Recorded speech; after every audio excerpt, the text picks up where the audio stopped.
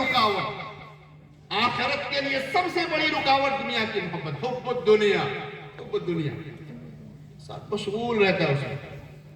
ہارون رشید کا نام سنا ہوگا, بڑے بادشاہ گزرے ہیں ہارون رشید, بہت بڑے اسلامی بادشاہ تھے, بڑے نیک لوگوں میں سے. ابو العتاہیہ ایک عربی کے بڑے شاعر ہیں, ابو العتاہیہ. تو مجلس میں بیٹھے ہوئے تھے اور بہت شاندار کھانا وغیرہ دسترخوان سجا تھا. تو ابو العتاہیہ سے انہوں نے کہا ذرا کوئی شعر سناؤ, ابھی ہم جو نعمتیں اللہ نے ہمیں دی ہے نا, ان نعمتوں پر کوئی شعر سناؤ, کیا کیا ہمارے پاس ہے. اچھا, عرب اشعار بہت پسند کیا کرتے تھے. تو حضرت نے ابو العتاہیہ نے کہا, عشما بدا لک سالما فی ظل شاہقۃ القصور,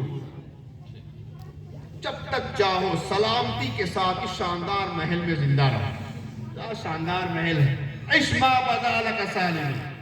کہاں اور آگے آگے کیا ہوا, پھر کیا ہوا, یسعی علیک بما اشتہیت فی الروائح والبکور, جو تمہارے دل میں آئے گا, جو چاہو گے تمہارے پاس آ جائے گا, صبح و شام. ایسی زندگی کس کو نہیں چاہیے, شاندار محل ہو, بہترین کھانا ہو, جب چاہے کھانا آ جائے, نہ کام کرنا ہو نہ کچھ. بادشاہ خوش ہو گئے. ہاں, اور آگے کیا, پھر کیا ہوا, فَإِذَا النُّفُوسُ تَقَاقَعَتْ فَإِذَا النُّفُوسُ تَقَاقَعَتْ, جب یہ جان سینوں میں آ کے اٹک جائے گی, یعنی موت کے وقت. فی ظل حشرجۃ الصدور, جب موت آئے گی اور سینے میں آ کے موت اٹک جائے گی. فَهُنَاكَ تَعْلَمُ مُوقِنًا, اس وقت تمہیں یقین ہو جائے گا, مَا أَنْتَ إِلَّا فِي غُرُورٍ, کہ تم تو دھوکے میں پڑے ہوئے تھے. اب جب یہ مصرع کہا تو حضرت ہارون رشید کی آنکھوں سے آنسو جاری ہو گئے.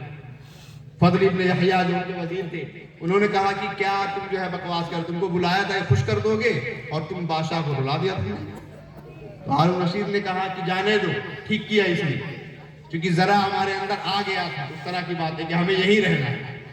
اصل مسئلہ محترم بزرگوں, بھائیوں, دوستوں, یہ ہے کہ اگر یہاں سے جانا نہ ہوتا تو سب کچھ ٹھیک ہوتا, لیکن اگر جانا ہے اور اگر ہم یہ چاہتے ہیں کہ فرشتے ہمارے پاس آئیں, جیسا کہ نبی کریم علیہ السلام نے ایک حدیث میں فرمایا, وہ ایسی حدیث ہے کہ حدیث کی بیشتر کتابوں میں حضرت ابو ہریرہ نقل کرتے ہیں, حضرت عائشہ نقل کرتی ہیں, ابو سعید الخدری نقل کرتے ہیں, براء ابن عازب نقل کرتے ہیں, جابر ابن عبداللہ رضی اللہ تعالیٰ نقل, بہت ساری کتابوں میں جابر ابن عبداللہ.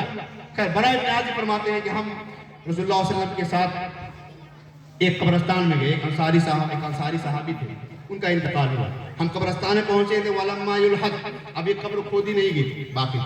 فَجَلَسَ رَسُولُ اللَّهِ صلی اللہ علیہ وسلم وَجَلَسْنَا حَوْلَهُ, اللہ کے رسول بیٹھ گئے, ہم بھی اللہ کے رسول کے آس پاس بیٹھ گئے. كَأَنَّ عَلَىٰ رُؤُوسِنَا الطَّيْرُ, ہم ایسے بیٹھ گئے گویا کہ ہمارے سروں پر پرندہ ہو.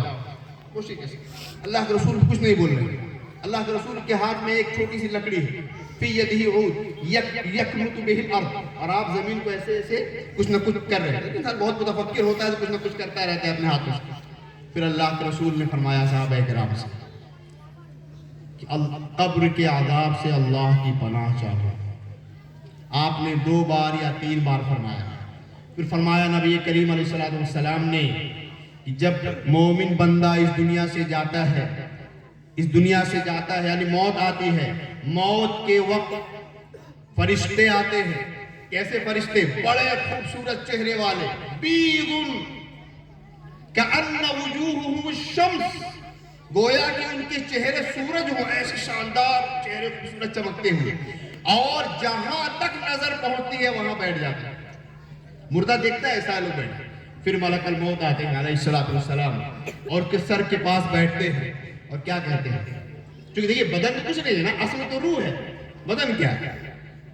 پھر فرماتے ہیں, وہ فرشتے کہتے ہیں, اخرجی الى رضوان من اللہ, الى رضوان من اللہ, الى مغفرت و رضوان من اللہ, نکلو اللہ کے مغفرت کی طرف اور اللہ کی رضامندی کی طرف. یعنی اللہ نے تمہیں معاف کر دیا, اللہ تم سے راضی ہو گئے.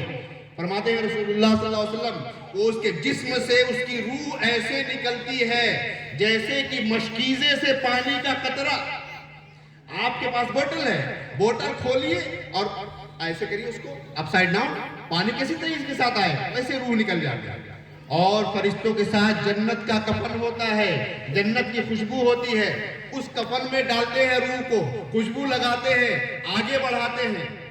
اب جب وہ آگے جاتا ہے تو جتنے فرشتے ہوتے ہیں کہتے ہیں کیا شاندار روح ہے بھائی, یہ کون ہے؟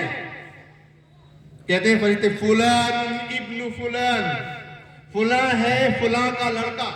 اس کا جو شاندار نام ہوتا ہے اس نام سے اس کو پکارا جاتا ہے. فرماتے ہیں کہ پھر وہ فرشتے اس کو لے کے جاتے ہیں پہلے آسمان کی طرف, آسمان دنیا پر. آسمان دنیا پر دروازہ, آسمان کا دروازہ کھلوایا جاتا ہے. یستفتح, اللہ کے رسول نے فرمایا دروازہ کھلتا ہے, یہ اندر جاتے ہیں. اب فرشتے کہتے ہیں بھائی یہ کون سی روح ہے, اتنی شاندار یہ کیا ہے؟ اللہ کے رسول نے فرمایا کہ ہر فرشتہ یہ دعا کرتا ہے. آسمان کے فرشتے دعا کرتے ہیں کہ اے اللہ یہ روح میرے پاس سے ہو کر گزرے, یہ روح میرے پاس سے ہو کر گزرے. دوسرا آسمان, تیسرا, چوتھا, پانچواں, چھٹا, ساتواں, ساتویں آسمان پہ روح پہنچتی ہے. وہاں اللہ کہتے ہیں کہ میرے بندے کا نام علیین میں لکھ دو, علیین میں لکھ دو, اور اس کی روح کو دوبارہ جسم قبر میں واپس لے جاؤ. کیوں؟ کہ ہم نے اسی سے پیدا کیا, مٹی سے, اور اسی سے دوبارہ کر قیامت کے دن نکالے گا. چنانچہ وہ روح واپس آ جاتی ہے, اس کے قبر میں آتی ہے. قبر میں جب پہنچتی ہے فرمایا اللہ کے رسول نے 2 فرشتے آتے ہیں, اس کو بٹھاتے ہیں اور پوچھتے ہیں کہ من ربک, بہت مشہور آپ لوگوں نے سنا ہوگا, من ربک؟ ربی اللہ. ما دینک؟ کہتے دین الاسلام. اس شخص کے بارے میں کیا خیال ہے جو تم میں بھیجا گیا؟ تو کہے گا اللہ کے رسول تھے. فرشتے کہیں ما علمک, یعنی تمہیں کیسے پتا چلا؟ ما علمک, تمہارا علم کیا ہے؟ کہیں گے کہ ہم نے قرآن پڑھا, قرأت القرآن فآمنت به وصدقت, قرآن پڑھا, ایمان لائے قرآن پر جو تھا, اور تصدیق کی نبی کریم علیہ السلام. اللہ کی طرف سے آواز آتی ہے, آسمان سے منادی ایک پکارتا ہے, صدق عبدی, میرے بندے نے سچ کہا, میرے بندے نے سچ کہا. فَأَفْرِشُوهُ مِنَ الْجَنَّةِ وَأَلْبِسُوهُ مِنَ الْجَنَّةِ وَافْتَحُوا لَهُ بَابًا إِلَى الْجَنَّةِ, اس کو پہنا دو جنت کا لباس, جنت کا بستر اس کے لیے لگاؤ, اور جنت کی طرف ایک کھڑکی کھول دو, دروازہ کھول دو. اور ایک اور حدیث میں ہے کہ اللہ کے رسول صلی اللہ علیہ وسلم نے فرمایا اس کو اسی قبر میں جہنم بھی دکھائی جائے گا ایک طرف, اور اسے کہا جائے گا یہ جہنم دیکھو. جب وہ دیکھے گا تو اسے کہا جائے گا کہ یہ وہ جہنم ہے جس میں تم جاتے, لیکن اللہ نے تمہیں بچا لیا. یعنی ٹھکانہ ہوتا اگر اللہ حوالے نہ کرتے, لیکن اللہ تبارک و تعالیٰ نے تمہیں بچا لیا. یہ ہوگا. پھر کہا جائے گا کہ پھر وہ یہ ساری نعمتوں کو دیکھ کر وہ کہے گا یا رب اقیم الساعہ, اے اللہ قیامت آ جائے, قیامت آ جائے. کہ جب یہاں یہ ہے تو قیامت کے بعد جنت میں کیا ہوگا؟ تو پھر اللہ کی طرف سے کہا جائے گا نم کنومۃ العروس, ایسے سو جاؤ جیسے دلہن سوتی. محترم بزرگوں, بھائیوں, دوستوں, پھر وہ سوئے گا, اور جب اٹھے گا تو قبروں سے بھی ہنستے ہوئے, کھلکھلاتے ہوئے قبروں سے بھی اٹھے گا تو اس کا چہرہ روشن ہوگا. قرآن پاک میں اللہ تبارک و تعالیٰ نے فرمایا تم لوگ جو قبروں سے اٹھیں گے گویا کہ ان کے وجوہ یومئذ مسفرہ ضاحکۃ مستبشرہ ووجوہ یومئذ علیہا غبرہ ترہقها قترہ اولئک هم الکفرۃ الفجرہ. وجوہ یومئذ مسفرہ, کچھ چہرے ایسے ہوں گے جو روشن ہوں گے, ضاحکہ, ہنستے ہوئے, مستبشرہ, خوشخبری دیتے ہوئے ایک دوسرے. یہ وہ چہرے ہوں گے محترم بزرگوں, بھائیوں, جنہوں نے اس دنیا میں استقامت کی زندگی اختیار کی, جنہوں نے کہا کہ ہمارا رب اللہ ہے, پھر اس پر جم گئے, جو اللہ اور اس کے رسول کے احکامات پر عمل کیے, نبی کریم علیہ السلام کے طریقے پر چلے, اور دنیا کی محبت دلوں سے نکالے. قرآن پاک میں اللہ نے فرمایا لا یغرنکم الحیات الدنیا, لا یغرنکم الحیات الدنیا، دیکھو دنیا کی زندگی تمہیں دھوکے میں نہ ڈالنا، ایسا نہ ہو کہ دنیا کی رونق میں، دنیا کی چکا چوند میں اور دنیا کی روشنی میں پڑ جاؤ، اسی کو اصل سمجھو، آخرت کو بھول جاؤ۔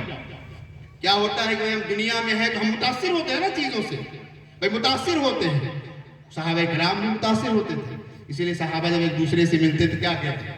تعالوا نجدد ایمان، آؤ ذرا ایمان کی تجدید کرتے ہیں، چونکہ دنیا میں رہتے ہوئے انسان دنیا کی زندگی سے متاثر ہوتا ہے، ایسا نہ ہو کہ ہم ایسا متاثر ہو جائیں اس دنیا کی زندگی میں کہ آخرت بھول جائے۔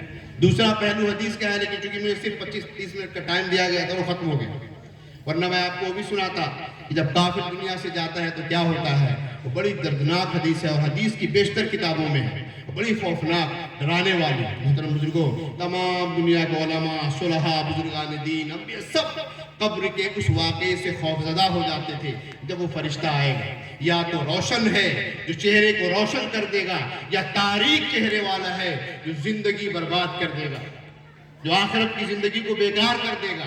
اسی لیے آتا ہے حدیث پاک میں کہ اس کے بعد اچانک ایک اور شخص قبر میں آئے گا، بڑا خوبصورت بہترین چہرے والا، اس سے پوچھے گا وہ تم کون ہو، من انت، اتنا اچھا چہرہ، اتنا اچھا چہرہ، وجہک لا یجیء الا بخیر، اور وجہک الوجہ الذی یجیء بالخیر، تمہارا چہرہ تو ایسا ہے کہ کچھ اچھا ہی ہوگا، تم کون ہو؟ کیا کہے گا وہ پتہ ہے؟ انا عملک، میں تمہارا عمل ہوں۔ زندگی میں جو ہم عمل کرتے ہیں امباڈیمنٹ ہوگا اس کا، گویا کہ جسم اختیار کرے گا وہ عمل، وہ جسم اختیار کرے گا۔ اور جو برا شخص ہوگا اس کے پاس بھی ایک شخص آئے گا بڑا بدصورت، وہ کافر یا فاسق کہے گا کہ تم کون ہو، تمہارا چہرہ تو شرحی، یعنی تمہارے چہرے کو دیکھ کے لگے گا کچھ برا ہونے والا، تو کہے گا میں تمہارا عمل ہوں۔ محترم بزرگوں، یہ ہمارے دنیا کے جو اعمال ہیں بس یہی ہے اصل، اس میں ہم جو چاہے کریں، عمل سے زندگی بنتی ہے، جنت بھی جہنم بھی، یہ خاکی اپنے فطرت میں نہ نوری ہے نہ ناری ہے، جو اصل عمل ہے ہم جیسا چاہے اپنے آپ کو بنا لیں۔ اللہ نے ہمیں جو زندگی دی ہے، ابھی زندگی جتنی بچی ہے اللہ کی اطاعت میں گزار دیں، استقامت میں گزار دیں، دین کے طریقے پر گزار دیں، اللہ کے رسول صلی اللہ علیہ وسلم کی سنتوں پر، صحابہ کرام کے نقش قدم پر چل کر گزار دیں، تاکہ اب یہ ہمیں فیصلہ کرنا ہے، ہمیں فیصلہ کرنا ہے کہ جب ہم دنیا سے جائیں گے تو کس طرح کے فرشتے ہمارے پاس آئیں گے، وہ 100% ڈیپینڈنٹ ہے اپنے ہاتھ میں۔ اب ہم یہاں فیصلہ کریں کہ اللہ کی اطاعت پر چلیں گے، اللہ کے طریقے پر چلیں گے، تاکہ ہمارے پاس جو فرشتے آئیں وہ روشن چہروں والے آئیں، تاکہ ہمارے پاس جو فرشتے آئیں، جو عمل آئیں وہ ہمیں خوشخبری دینے والا ہو۔ میں انہی باتوں پر اپنی بات ختم کرتا ہوں، آمین، وآخر دعوانا الحمدللہ رب العالمین۔ ماشاءاللہ، اللہم زد فزد۔